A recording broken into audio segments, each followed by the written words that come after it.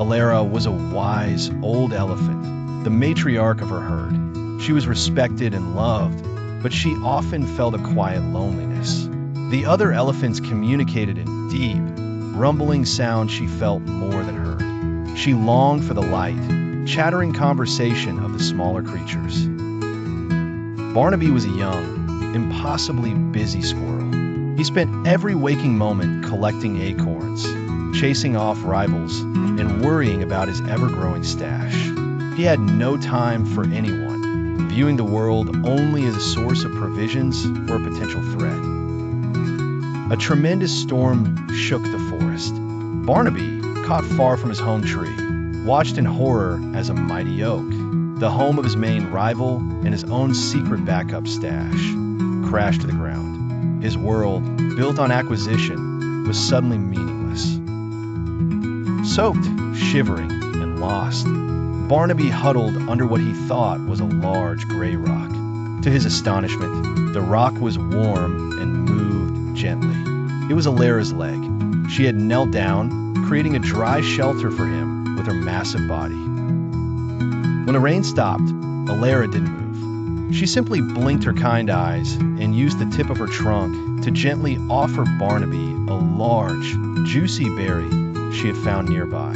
It was an act of pure, unrequested generosity. Barnaby, touched and confused, began chattering a mile a minute about his lost acorns, the fallen tree, his fears. Elara didn't interrupt. She simply listened, her large, intelligent eyes focused on him, making him feel like the most important creature in the forest. "Why are you not gathering food?" Barnaby finally asked. "Aren't you worried about not having enough?" Elara rumbled softly. "My treasure is not what I have in my trunk, but who I have in my heart. My herd is my storehouse." Elara explained that her greatest treasures were memories. The first time she led her herd to a new watering hole, the joyful birth of a new calf, the comforting touch of a sister's trunk. These were things no storm could ever wash away. Elara showed Barnaby how to find joy in the present. She sprayed water from her trunk, creating a brilliant rainbow in the mist. She flapped her ears to create a breeze on a hot day. Barnaby found himself laughing, a sound he'd almost forgotten. Barnaby tried to show Elara his favorite view from the top of a thin branch. Elara couldn't follow, so she gently lifted him with her trunk and placed him on her head.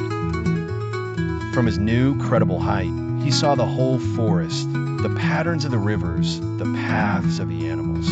It was a view he could never have achieved alone. A hungry hawk once circled above Barnaby. Before he could even squeak in fear, Elara's shadow fell over him. She let out a low, powerful trumpet that shook the air. The hawk fled. Barnaby was safe. He learned that friendship is also a shelter.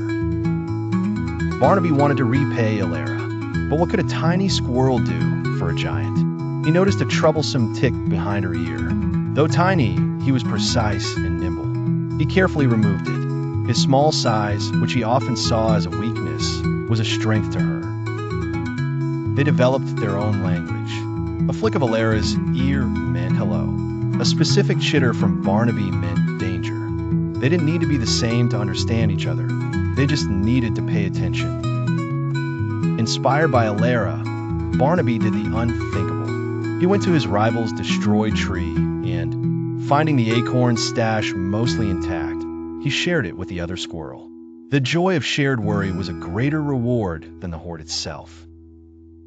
Barnaby, once a solitary creature, began to build a new kind of stash, a stash of friends. He introduced the rabbits to the best berry patches and warned the birds of the prowling cat. He became a connector, a tiny hub in the forest community.